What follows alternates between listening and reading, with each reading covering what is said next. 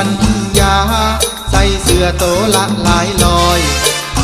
เสียงเมากะคอยย้อนถอยมันทุกข์ยากหลายใส่เสื้อเก่าๆผู้แทนเขาเอามาจ่ายตั้งแต่ปีกายคักหลายใส่เสื้อผู้แทนแม่นไทยเว้าใส่กะบ่สนใจเด้อเจ้าบางคนก็เว้าว่าข่อยเป็นหัวคะแนนไปใส่มาใส่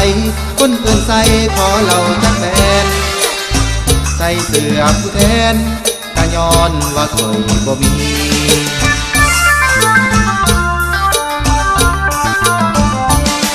ขอบคุณเด้อครับยอมรับว่าข่อยอยากได้แม่นไผมาให้ก็บ่ขัดใจเด้อพี่เสื้อโตเก่าๆย้อนใส่มาแล้วหลายปีเสื้อใส่บ่มีอย่างดีแค่เสื้อผู้แทนมีงานบ้านใหญ่ก็ใส่ไปเมิดสุมอง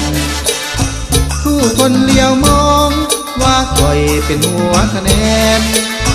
สิเฮ็ดจังใดขอบอกให้มันเป็นใส่เสื้อผู้แทนกะย้อนบ่มีเสื้อใส่เป็นหัวคะแนนบ่แม่นดอกเด้อแม่ใหญ่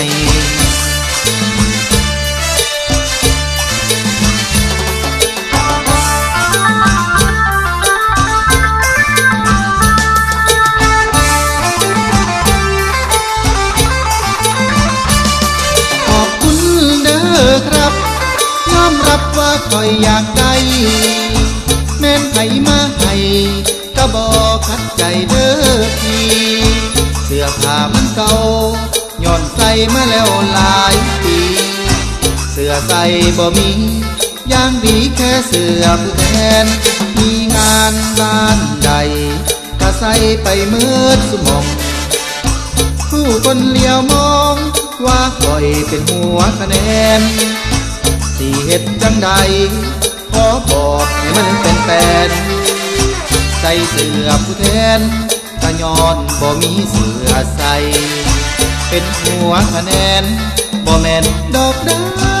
แม่ใหญ่